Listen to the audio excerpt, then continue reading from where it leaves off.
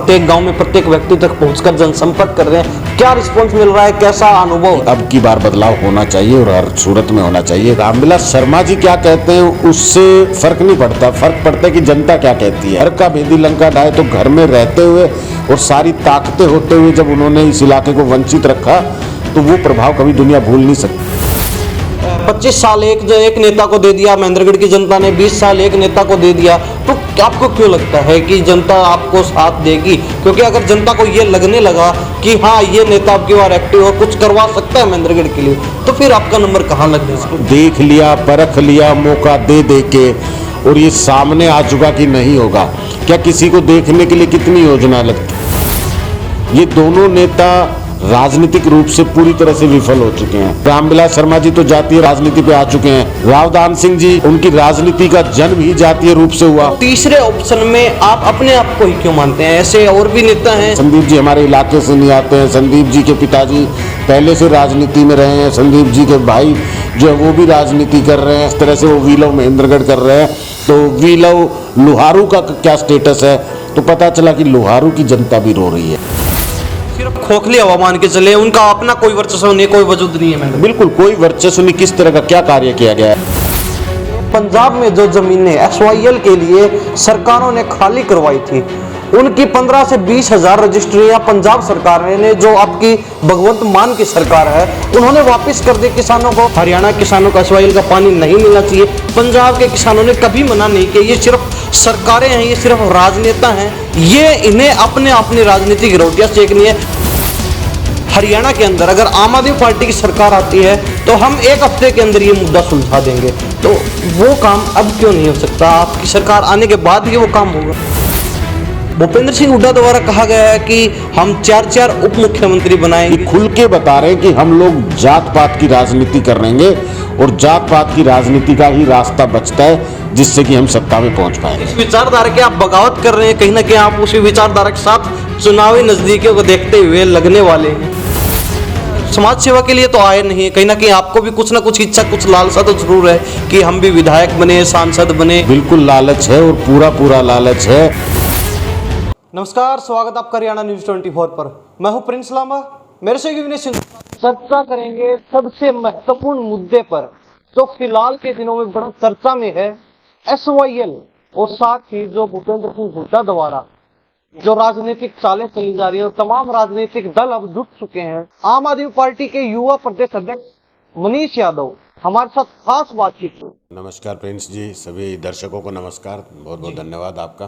तो डॉक्टर साहब, सबसे पहला सवाल महेंद्रगढ़ को लेकर, आपके अपने गृह क्षेत्र को लेकर क्या कहेंगे? पूरे जोरों शोरों पर आपका अभियान चल रहा है, बड़े जोरों शोरों से प्रत्येक गांव में प्रत्येक व्यक्ति तक पहुंचकर जनसंपर्क कर रहे हैं, क्या रिस्पांस मिल रहा है, कैसा अनुभव है? देखिए, मैं जहाँ भी हम जाते हैं, आज आम आदमी पार्टी के अनेकों अभियान के तहत जो वर्तमान में हम लोग परिवार जोड़ो अभियान लेके जब ज़मीन पे उतरे और लोगों के बीच में जा रहे हैं, तो जहाँ भी जाते हैं सभी बदलाव के पक्ष में हैं। सब चाहते हैं कि बदलाव हो। बहुत लंबे समय से, विशेष तौर पे मेरे इलाके महेंद्रगढ़ के इस क्षेत्र के साथ जो भेदभाव हुआ, अनदेखी हुई है, जो विकास के रूप में पिछड़ापन जो यहाँ का है, उसकी लड़ाई अब जनता खुद लड़ने के लिए आतुर है। और ज़मीन पे लोग एक बुलंद आवाज़ के रूप में इस चीज़ के ऊपर चर्चा करते हैं कि अब की बार बदलाव होना चाहिए और हर सूरत में होना चाहिए। उसी को देखते हुए आम आदमी पार्टी को एक बहुत ही अच्छा और एक कहने का मतलब कि जो कि कहते हैं वेरीफाइड विकल्प के रूप में जनता देखती है कि हाँ, इस पार्टी ने अच्छे काम किए दिल्ली के अंदर और अच्छा काम कर रही है पंजाब के अंदर, तो ज़रूर आम आदमी पार्टी जो है वो एक सही विकल्प है और इसके साथ जाया जा सकता है। सारी पार्टियां और सारे धुरंधर जो हम महेंद्रगढ़ विधानसभा क्षेत्र से एक्टिव हो चुके हैं, और कहीं ना कहीं अभी देखा गया रामविलास शर्मा जी किस प्रकार जो एक्टिव नजर आ रहे हैं, खुलकर बैटिंग कर रहे हैं। चंडीगढ़ जाकर जो हम मुलाकात करते हैं तमाम मंत्रियों से, तमाम विभागीय अधिकारियों से। IMT खुडाना का मुद्दा बड़े जोरों शोरों पर था, उस पर विराम लगा दिया, कहते हैं कि जल्दी काम शुरू हो जाएगा। महेंद्रगढ़ का किला, माधोगढ़ का किला, जिनको जीर्णोद्धार का काम चल रहा था, वो फिर से शुरू हो जाएगा। तमाम चीज़ें चल रही हैं। इस स्थिति में क्या लगता है, कहीं ना कहीं आप दोबारा बैक फुट पे आने वाले हैं? देखिए, साफ साफ मैंने बताया कि जनता कह रही है कि लंबे समय से जो राजनीति है उसको ख़त्म करना है और अच्छी राजनीति को लेके आना है। तो जो लंबे समय की राजनीति है उसके अंदर 20 साल का योगदान जो है वो रामविलास शर्मा जी का भी है, जिसमें जनता ने उन पर विश्वास जताया। उसके बाद जिस तरह से इलाके के साथ उन्होंने किया, जो होना चाहिए था, जो उम्मीद थी, वो आज तक वो नहीं कर पाए। पिछली योजना में जब भारतीय जनता पार्टी 2014 में चुनाव लड़ रही थी और उस समय मुख्यमंत्री की रेस में रामविलास शर्मा जी अपने आप को देख रहे थे, तो पूरे इलाके ने एक बार फिर अपनी पूरी ताकत के साथ उनका साथ दिया। लेकिन उसके बाद जो अहंकार और जो व्यवहार उनका आया, उससे जो लोगों को नुकसान हुआ, और इलाके के साथ एक सरकार में रहते हुए, एक मंत्री रहते हुए, अनेक विभागों की कमान संभालते हुए जो इस इलाके के साथ उन्होंने किया, यानी कि कहते हैं कि घर का भेदी लंका ढाए, तो घर में रहते हुए और सारी ताकतें होते हुए जब उन्होंने इस इलाके को वंचित रखा, तो वो प्रभाव कभी दुनिया भूल नहीं सकती।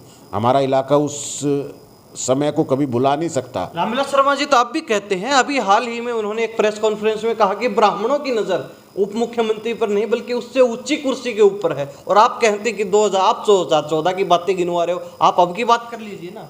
देखिए, रामविलास शर्मा जी क्या कहते हैं उससे फ़र्क नहीं पड़ता, फ़र्क पड़ता है कि जनता क्या कहती है।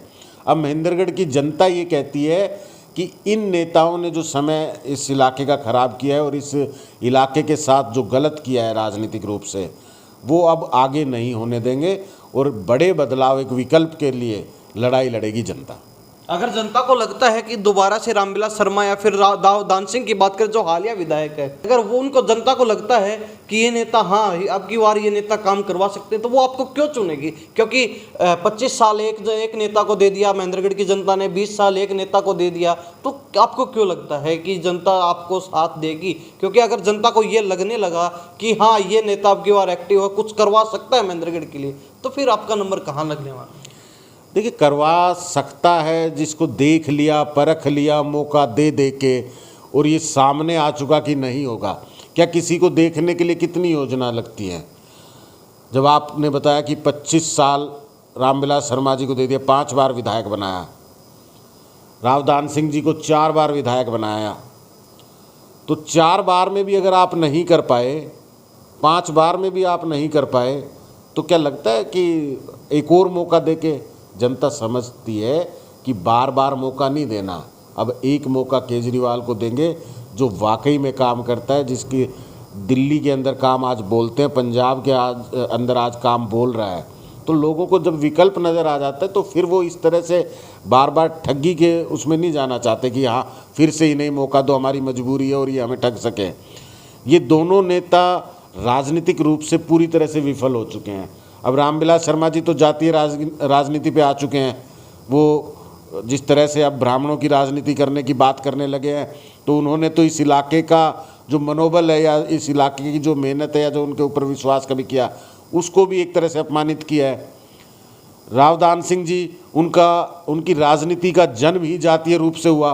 उन्होंने अपने गांव, अपने ज़िले को, अपने गृह ज़िले को छोड़ दिया था, तो अहीर जाति वहाँ बाहुल्य नहीं थी, तो उन्होंने सोचा कि बगल के विधानसभा क्षेत्र महेंद्रगढ़ में चला जाए, वहाँ मेरी जाति के लोग ज़्यादा संख्या में है, तो वहाँ जाके उनको लुभाया जाए और अपनी राजनीति चमकाई जाए। तो वो तो शुरुआत से ही जातीय राजनीति पे आधारित राजनीति करते हैं, वो कभी किसी का भला कर नहीं सकते। आज उनकी राजनीति में महेंद्रगढ़ के किसी भी जाति, किसी भी वर्ग को कोई फायदा नहीं, कोई भला नहीं। चलो डॉक्टर साहब, ठीक है कि आप कहते हैं कि रामविलास शर्मा, राव दान सिंह को देख लिया जनता ने अच्छी तरह से, झाड़ पिछोड़ कर, परख कर, तो तीसरे ऑप्शन में आप अपने आप को ही क्यों मानते हैं? ऐसे और भी नेता हैं, क्योंकि हर विधानसभा क्षेत्र के अपने क्षेत्रीय समीकरण अलग होते हैं, तो आप क्यों मानते हैं कि आम आदमी पार्टी और डॉक्टर मनीष यादव ही जनता के पास विकल्प है? देखिए, अगर आप सीधी सीधी बात कर रहे हैं कि पिछली बार जो वर्चस्व रहा, तो आप निर्दलीय उम्मीदवार संदीप जी की बात कर रहे हैं कि संदीप जी ने चुनाव लड़ा और उन्होंने भी कहीं ना कहीं एक अच्छा वोट बैंक उस समय लिया। देखिए, ये दिखाता है उस चुनाव में कि किस तरह से जनता नाराज़ थी इन दोनों नेताओं के प्रति, जो उनकी तरफ जो वोट भी गया। लेकिन उनकी राजनीति भी, जो उस समय तक लोग उन्हें एक अधिकारी के रूप में देख रहे थे और नहीं जान पा रहे थे, अब उनके बारे में जानकारी लोगों को मिली है, जाना अब कहीं पता चला है कि कौन है वाकई में संदीप। तो संदीप जी के बारे में पता चलता है कि संदीप जी हमारे इलाके से नहीं आते हैं, संदीप जी के पिताजी पहले से राजनीति में रहे हैं, संदीप जी के भाई जो है वो भी राजनीति कर रहे हैं। तो उनका जो इलाका जब देखा गया कि भाई वो किस इलाके से राजनीति कर रहे थे, तो पता चला कि भाई दादरी के अंदर जो है उनके पिताजी जो है वो मंत्री भी रहे और वहाँ के विधायक भी रहे। फिर कहाँ से वो जीत के आते थे, तो पता चला कि भाई वो लोहारू से वो जीत के आते थे। फिर लोगों ने पता करना शुरू किया कि भाई वहाँ क्या हुआ, क्या वहाँ पे उनका जो प्यार है, जिस तरह से वो वीलव महेंद्रगढ़ कर रहे हैं, तो वीलव लोहारू का क्या स्टेटस है। तो पता चला कि लोहारू की जनता भी रो रही है, वहाँ की जनता को भी आज तक कुछ नहीं मिला है। तो क्या माने 2024 में जो इतनी बड़ी संख्या में वोट मिले वो सिर्फ रामविलास शर्मा और अवधान सिंह की नाराजगी के वोट उनके पास ट्रांसफर हुए, या वो उनके खुद के वोट नहीं है? बिल्कुल जाहिर तौर पे जो खिलाफत थी, उस खिलाफत का फ़ायदा कहीं अधिकारी होने के रूप में या आधा परिचय के होने के रूप में उन तक पहुंचा है, जो कि अब जनता समझ चुकी है, पूरा परिचय मिल चुका है। तो अब वो बात नहीं है और ना ही उस तरफ कोई तो सिर्फ खोखले हवा मान के चले, उनका अपना कोई वर्चस्व नहीं, कोई वजूद नहीं है। बिल्कुल कोई वर्चस्व नहीं। किस तरह का क्या कार्य किया गया है? अधिकारी होने के नाते भी सिर्फ और सिर्फ लोगों ने ये उम्मीद जता ली थी कि कहीं ये अधिकारी हैं, ये डरेंगे नहीं और पूरी लड़ाई लड़ लेंगे, इसलिए भरोसा देता है। लेकिन बाद में जब पता चलता है कि वाकई में ये सिर्फ और सिर्फ अपनी रोटियां सेकने के लिए है, तो जनता मुंह मोड़ लेती है। और यहाँ की जनता ये स्पष्ट भी कर चुकी है। मैं ज़मीन पे जाता हूँ, लोगों से बात करता हूँ, तो पता है कि कहीं भी कोई ये नहीं चाहता कि इस दिशा में या हम इस तरह से किसी बाहरी व्यक्ति को फिर से मौका देंगे और अपने इलाके में यहाँ पे इलाके के साथ लूट खसूट करने का मौका देंगे।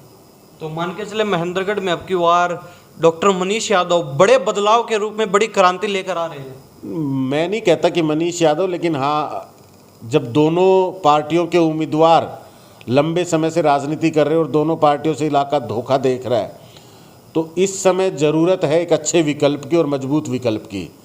और आम आदमी पार्टी से कोई भी उम्मीदवार हो, डॉक्टर मनीष यादव हो, हमारा कोई और साथी हो, या पार्टी जिस पे भरोसा जताती है, जनता जिसको कहे कि देखो आम आदमी पार्टी सीधी सीधी तौर पे जनता से पूछ के टिकट देती है।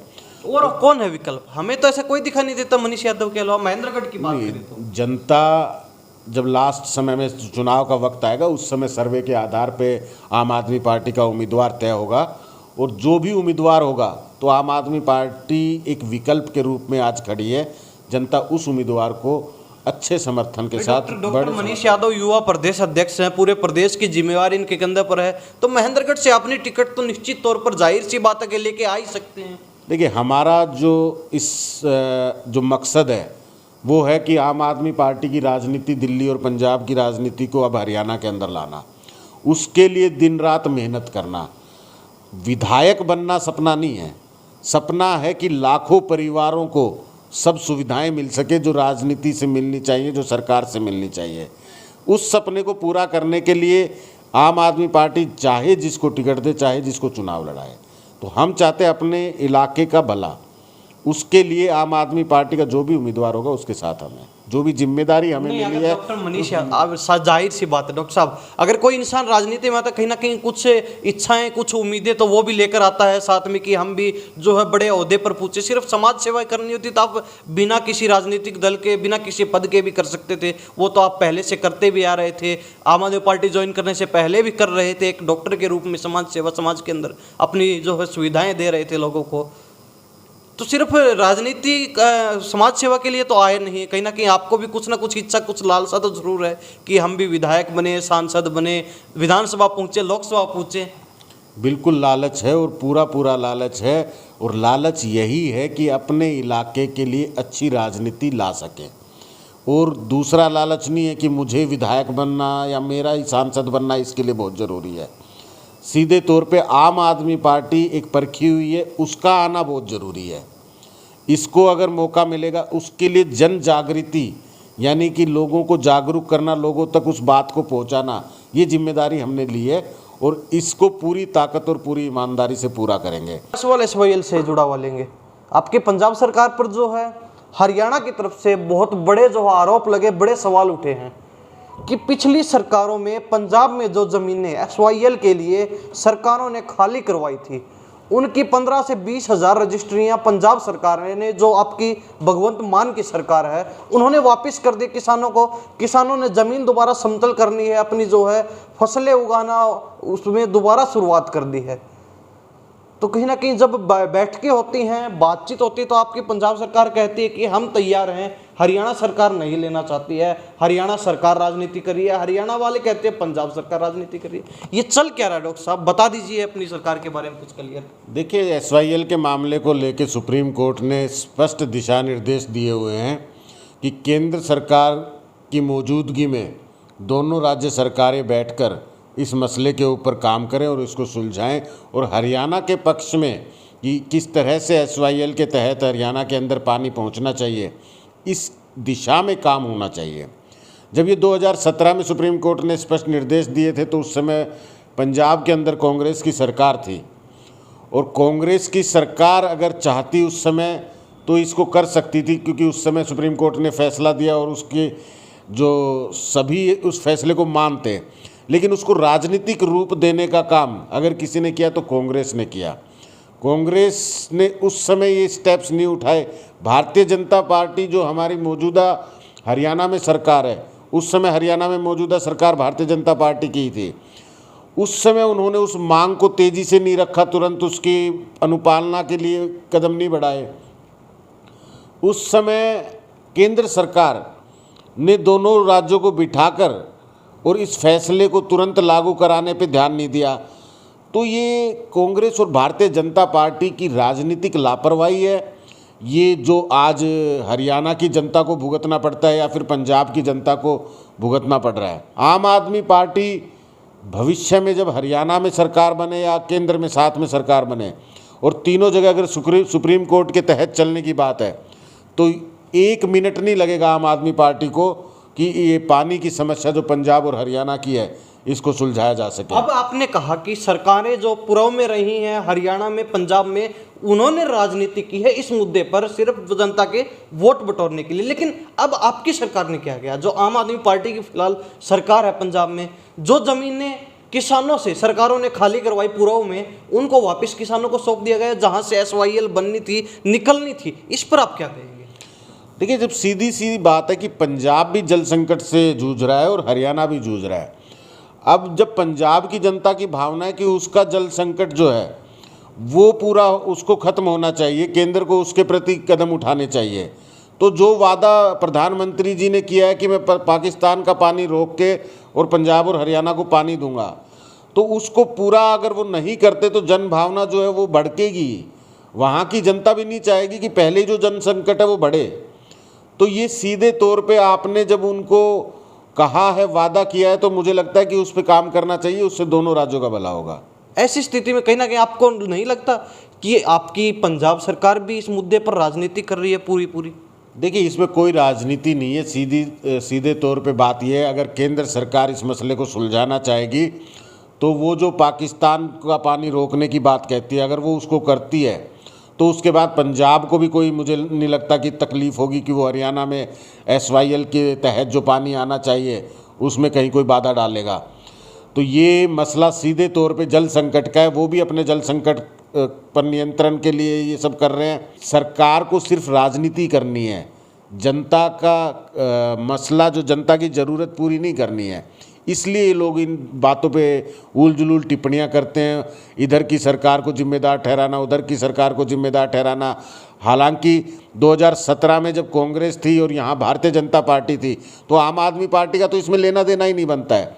जो चीज़ 2017 में सुलझ जानी थी वो 2021 तक पहुँची कैसे, 23 तक पहुँची कैसे? जब किसानों से बात होती है, चाहे पंजाब के किसानों की बात हो, चाहे हरियाणा के किसानों की बात हो, इनका साफ कहना होता है, मैं सिर्फ आपकी पार्टी को टारगेट नहीं कर रहा, पंजाब में आम आदमी पार्टी की सरकार है, हरियाणा के अंदर बीजेपी की सरकार है, दोनों के बारे में किसानों का यही कहना है कि किसान तैयार हैं। किसान ने आज तक कभी मना नहीं किया कि आप हरियाणा के किसानों को पानी मत दीजिए, हरियाणा किसानों को SYL का पानी नहीं मिलना चाहिए। पंजाब के किसानों ने कभी मना नहीं किया। ये सिर्फ सरकारें हैं, ये सिर्फ राजनेता हैं, ये इन्हें अपनी राजनीतिक रोटियाँ सेकनी है, सिर्फ खुद तक सीमित है, अपने से मतलब है, बाकी किसानों से क्या कोई लेना देना नहीं है। किसान भाड़ में जाएं, उनका सीधा सीधा यही कहना रहता है।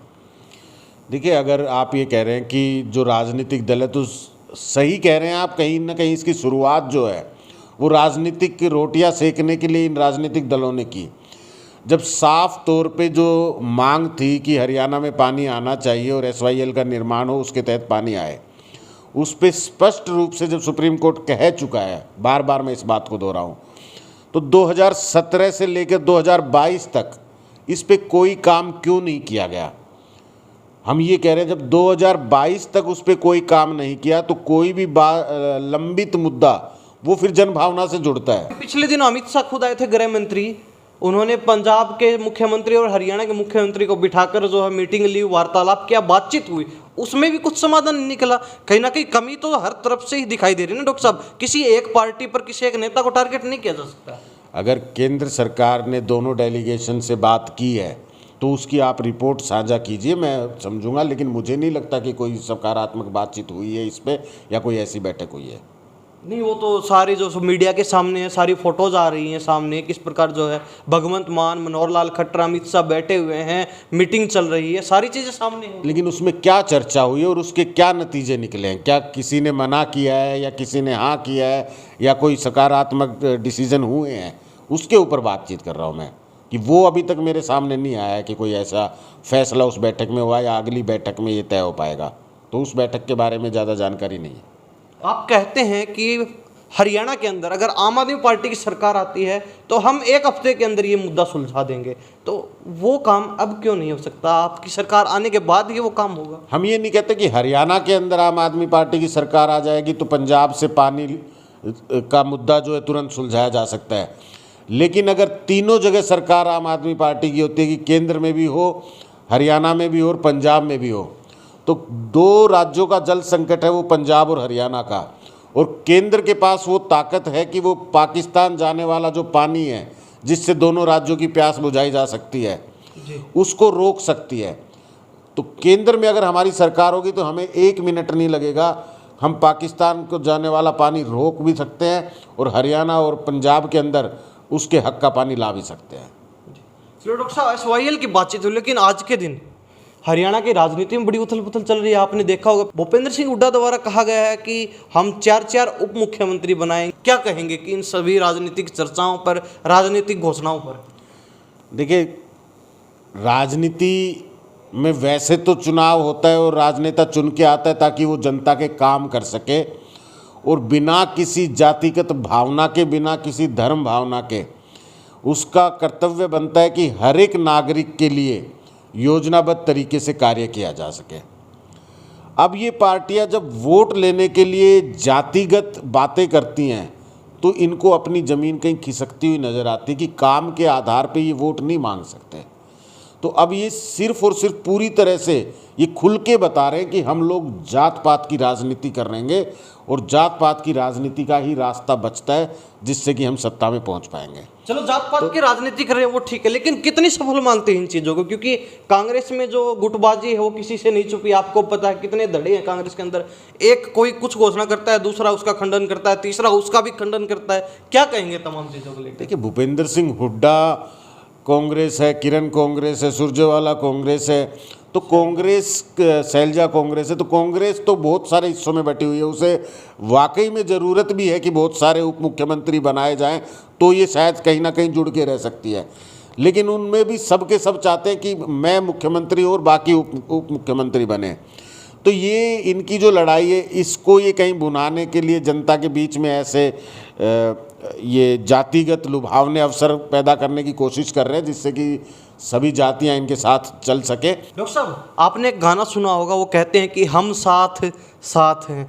तो इसी प्रकार सुनने में ये आ रहा है, चर्चाएं हैं बड़ी जोरों पर, हरियाणा के अंदर कांग्रेस और आम आदमी पार्टी जल्द ही मिलकर इस गाने को चरितार्थ करने वाली है। जिस विचारधारा की आप बगावत कर रहे हैं, कहीं ना कहीं आप उसी विचारधारा के साथ चुनावी नजदीकियों को देखते हुए लगने वाले हैं। नहीं, ऐसा कुछ नहीं है। आम आदमी पार्टी और कांग्रेस दोनों की विचारधारा में ज़मीन आसमान का अंतर है, और जिस चीज़ को आप कह रहे हैं कि भाई कहीं मिलने का 1% जो बात है वो सिर्फ और सिर्फ लोकसभा चुनाव को लेके, और लोकसभा चुनाव को लेके भी सिर्फ इंडिया फॉर्मेशन में कांग्रेस एक हिस्सा है हमारे साथ में, और इंडिया फॉर्मेशन जो है वो है संविधान और लोकतंत्र की सुरक्षा के लिए।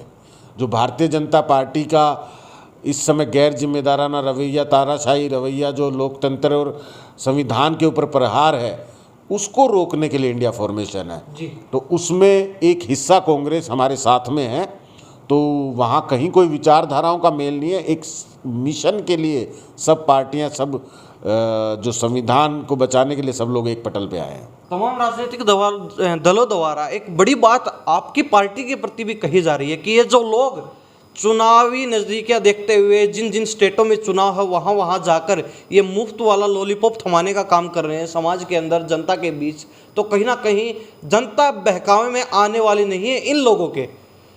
कहीं ना कहीं जनता अब की बार इनको ही मुफ्त कर देगी, फ्री कर देगी राजनीति से।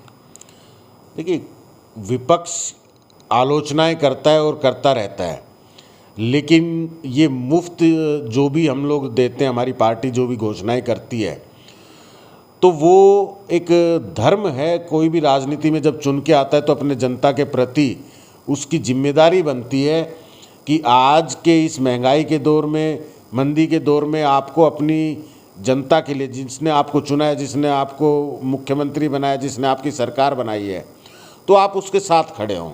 और आम आदमी पार्टी 100% इसी दिशा में सोचते हुए जनता के लिए काम करती है। इतना अच्छा आप काम कर रहे हैं, इतना एक्सीलेंस काम कर रहे हैं, लेकिन फिर भी आपके नेताओं को घसीट घसीट कर पकड़ा जा रहा है। पहले जो नेता पकड़ लिए उनको अब तक छोड़ा नहीं गया, उसके बाद तो लगातार आपके नेताओं को पकड़ा जा रहा है, सजा दे रहे हैं, जेल हो रही है। ये क्या चल रहा है? ये कहाँ से आपके जो काले चिट्टे खुल रहे हैं? कौन सा ऐसे गलत काम कर दिया आप लोगों ने कि इस तरीके से भगा भगा कर जो आपको पकड़ा जा रहा है?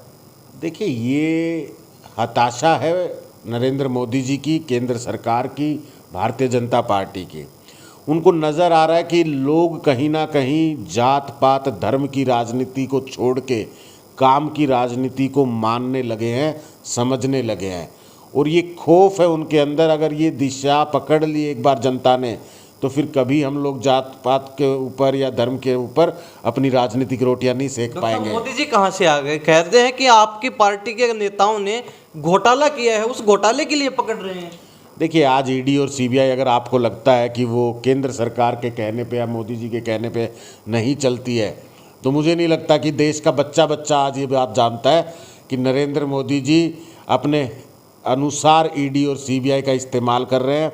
विपक्ष के नेताओं पे या आम आदमी पार्टी के ऊपर या किसी भी नेता पे जो भी आज ये रेड डालते हैं या फिर उनको पकड़ते हैं, आरोप लगाते हैं। अब आज तक अगर आपने सत्येंद्र जैन, मनीष सिसोदिया और संजय सिंह जी के ऊपर 1 रुपए का भी आरोप साबित किया हो या सबूत आपने पेश किया हो, घोटाला हुआ है।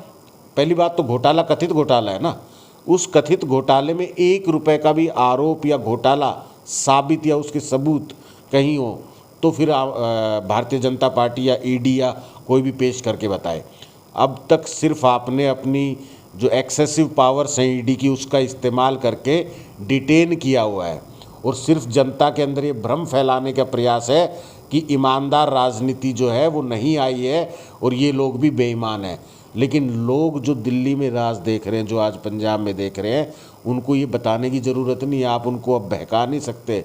दिल्ली के अंदर आज आम आदमी पार्टी जब चुनाव लड़ती है तो जनता के बीच में जाके दोबारा से कहना नहीं पड़ता कि हम ऐसा करेंगे, हम वैसा करेंगे। दिल्ली से सिर्फ इतना ही अरविंद केजरीवाल जी कहते हैं कि पीछे जो 5 साल काम किया है उससे अगर आप खुश हैं तो मुझे अगले 5 साल के लिए वोट दीजिएगा, वरना मत दीजिएगा। तो हमारे साथ मनीष यादव, आम आदमी पार्टी के युवा प्रदेश अध्यक्ष, खास बातचीत में कहीं ना कहीं दिल्ली को लेकर जहां तक इन्होंने कहा है, एक भी आरोप कहते हैं कि सिद्ध नहीं हुआ हो और कहीं ना कहीं इनका साफ कहना है कि हमारे नेता बिल्कुल दूध के दिले हुए हैं। आम आदमी पार्टी के नेताओं के अगर कहीं 1% भी गलती निकलती है तो हम खुद उनको सज़ा के लिए लेकर जाएंगे। इस प्रकार जो उठाने की कोई आवश्यकता ही नहीं है। लेकिन सवाल तो बड़ा ये भी बनता ही है कि अब तक अगर उनको छोड़ा नहीं गया, रिहा नहीं किया गया, अब तक जो जांच कार्रवाई चल रही है, तो कोई ना कोई बात तो ज़रूर होगी। तो सारी बातचीत की हमने इनसे। तमाम बातों के साथ मैं प्रिंस लामा, मेरे सहयोगी विनय सिंधु के साथ, हरियाणा न्यूज़ 24। नमस्कार, जय हिंद।